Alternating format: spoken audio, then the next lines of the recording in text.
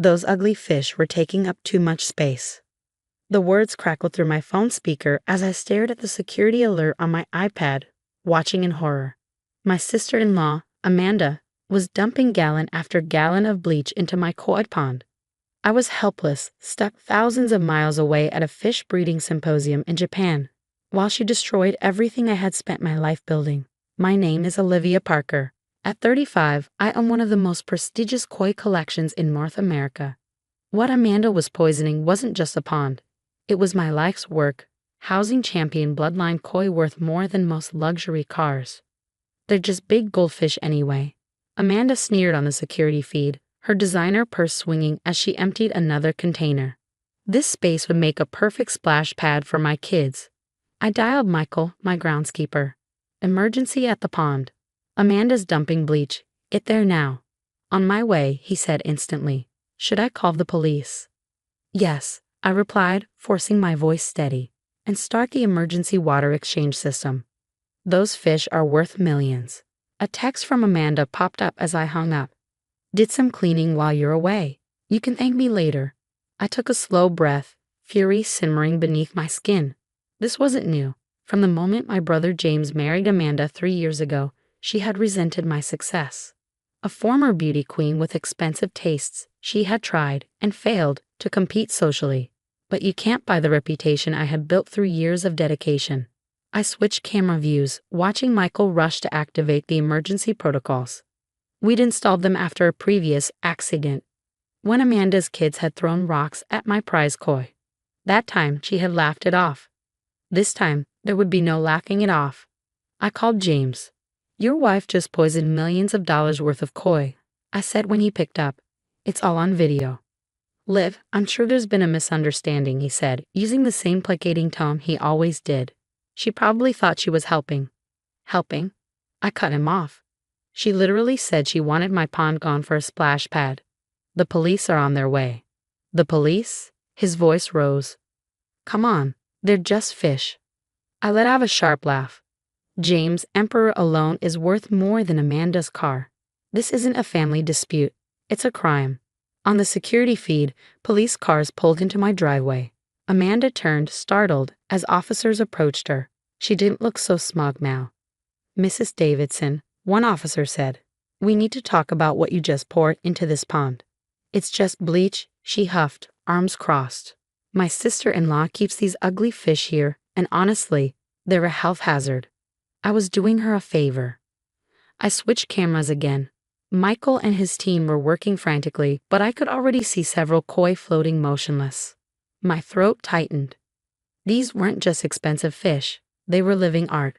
Emperor's bloodline traced back 6 generations to champion koi in Japan. His offspring alone were worth tens of thousands. Amanda hadn't just killed fish, she had erased a legacy. My phone buzzed. A text from James. Please don't do this. We can work something out as a family. I thought about every time I had let Amanda's antics slide. The accidental damage, the snide remarks, the attempts to undermine my work, and every time James had asked me to let it go. Not this time. No, I typed back. Not this time. Michael's next update hit like a gut punch. 4 dead so far. Emperor's still hanging on. Vet's here. I clenched my jaw, watching Amanda argue with the police. Do you even know who I am? This is ridiculous. They're just fish. If anything, she should be thanking me. A new alert popped up. Photos from Michael documenting the damage. Dead koi, their vibrant colors dulled, floating lifelessly in the poisoned water. Each image was another nail in Amanda's coffin. Make sure everything's documented, I texted back. Every fish, every water test, every second of footage. Then my phone rang. The president of the North American Koi Association. Olivia, this is a disaster, he said. Those bloodlines. Do you need me to contact our lawyers? Yes, I replied without hesitation. I want the full weight of the association behind this. She needs to understand exactly what she's done. On the security feed, Amanda was still protesting as officers led her away from my pond. You can't arrest me over some fish. Oh, but they could, and they would. What Amanda had never realized was that champion koi weren't just fish. They were legally recognized assets, like fine art or racehorses. and she had just destroyed millions of dollars worth of them. On camera, I booked the next flight home, my hands steady as I packed my bags. Years of dealing with Amanda had taught me to be prepared. Security cameras, emergency protocols, documentation. She thought she was finally putting me in my place. She had no idea what was coming. As my taxi pulled away, one last update came in from Michael. Emperor's fighting, but it doesn't look good. The others. I'm sorry, Olivia. I stared out at the Tokyo skyline, my jaw set. Amanda had just learned the first rule of messing with my koi. I documented everything. Soon, she'd learn the second rule. I protected what was mine, and heaven help anyone who tried to destroy it. The real question wasn't whether I pressed charges. That was already in motion. The real question was whether her trust fund could cover the damages when I was done. Seeing the devastation in person was worse than I'd imagined. Standing at the edge of my pond 2 days later, I watched as the recovery team carefully lifted another lifeless koi from the water, a stunning female worth $175,000. The morning sun, which once made my pond shimmer like liquid gold, now only illuminated the destruction Amanda had left behind. Michael stood beside me, his expression grim as he held out a tablet. Final count, 7 dead, including Emperor, 4 critical. The water tests showed bleach levels high enough to kill everything if we hadn't activated the exchange system in time. I swallowed hard, my eyes fixed on the pond. Emperor had fought for 36 hours before the toxins won. His platinum and gold scales, once radiant, had dulled to an ashen gray. The vet documented everything, Michael continued. Photos, tissue samples, reports. The association's lawyers have everything they need. A commotion at the front gate shattered the heavy silence. Amanda's voice, shrill and indignant, cut through the air. This is ridiculous. I've already been humiliated with that arrest. You can't ban me from the property. I turned to see her arguing with my security guard, James hovering uselessly behind her. She traded her designer outfit for something more subdued, probably a lawyer's suggestion. But her arrogance remained unchanged. Let them in, I called. I want to hear this. Amanda stormed toward me, her expensive shoes struggling against the gravel. Do you have any idea what you've done? I was detained for hours. My kids are traumatized. I tilted my head. Your kids? The ones you planned to build a splash pad for after destroying my koi. They were taking up space, she snapped. This whole thing is absurd. They were just expensive pets. A new voice cut in. Actually, they were legally recognized assets with documented bloodlines and established market value. Amanda whirled around to see Thomas Chin, the North American Koi Association's chief counsel, striding up the path. I'd been expecting him, but her stunned expression told me she hadn't. Who the hell are you? She demanded. The person explaining just how deep you've buried yourself, Thomas said, opening his briefcase. Mrs. Davidson, you deliberately destroyed living assets valued at approximately $2.8 million. That's not including the damaged filtration system, the contaminated ecosystem, or the loss of future breeding revenue. Amanda blanched. That's ridiculous. They're just fish.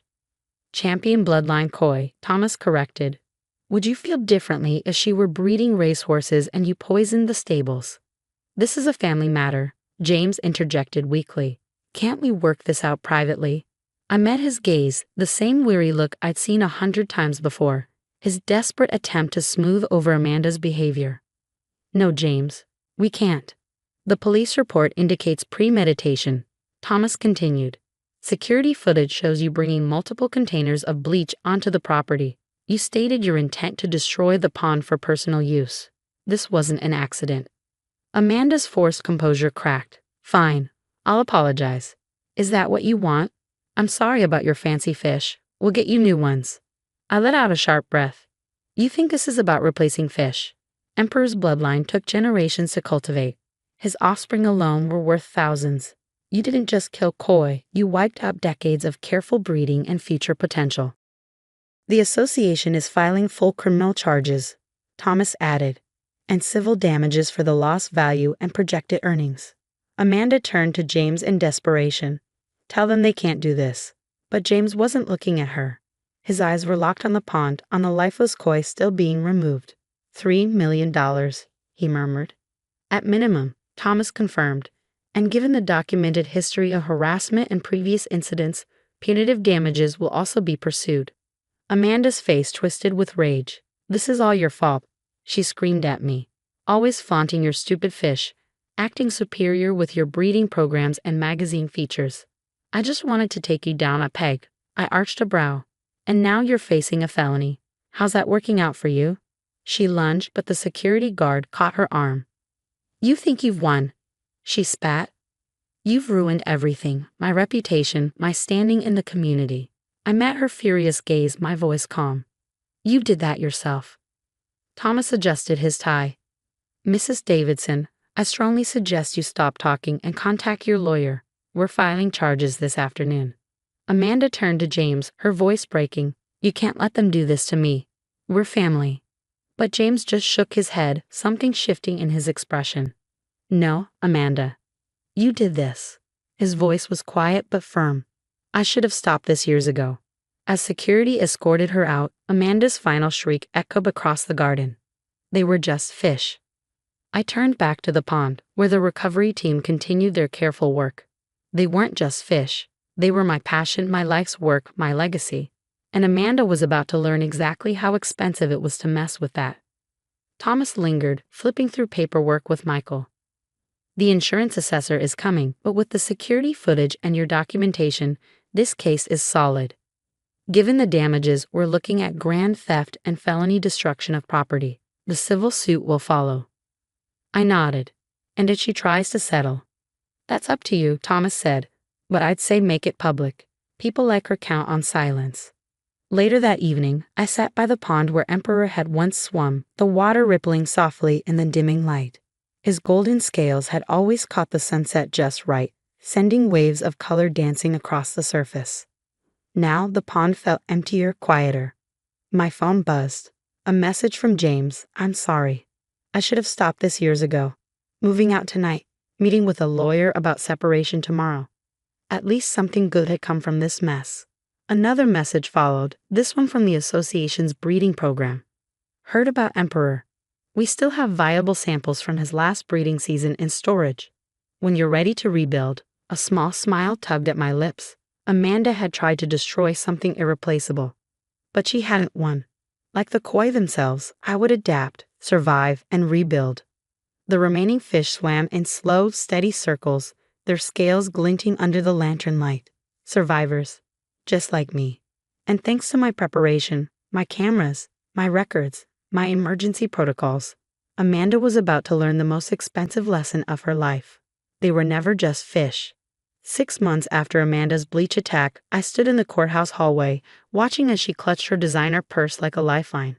The perfectly tailored outfit, the carefully styled hair, they did nothing to mask the growing panic in her eyes. The criminal trial had just ended. 3 years of probation, hundreds of hours of community service. Now we waited for the civil proceedings to begin. She glanced at her lawyer, then seized the moment to approach me. Her voice was low, almost desperate. "Please," she whispered, "can't we work something out? This will ruin me." I studied her, remembering the gleeful smirk on her face as she poured bleach into my pond. The way she had dismissed my koi, my life's work, as nothing more than overpriced decorations. "You had every opportunity to work something out before you killed them," I said evenly. Her expression tightened. "I already have a criminal conviction on my record. Isn't that enough?" Before I could answer, Thomas appeared at my side, a thick folder in hand. "Mrs. Davidson, all communication should go through your attorney." His tone was polite, but firm. The civil trial was swift and brutal. My meticulous records left no room for argument. The security footage proved intent. Water tests confirmed deliberate contamination. Expert testimony established the irreplaceable value of the lost bloodlines. When the final damages were announced, Amanda's face went ghost white. $4.2 million, the judge declared. The amount accounted for not just the koi's documented worth, but future breeding revenue and punitive damages for her repeated harassment. Amanda's lawyer shot to his feet. "Your Honor, this will bankrupt my client." The judge barely glanced up. Perhaps she should have considered that before destroying millions in documented assets.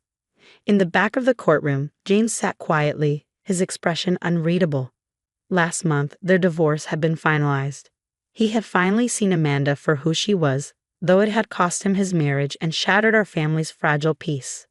Outside, reporters swarmed. The case had drawn attention from specialized breeders and the local press. Amanda shoved past them, ignoring shouted questions about whether her trust fund could cover the damages. Thomas stayed beside me, lowering his voice. "The fund isn't enough. We'll pursue her other assets." I nodded.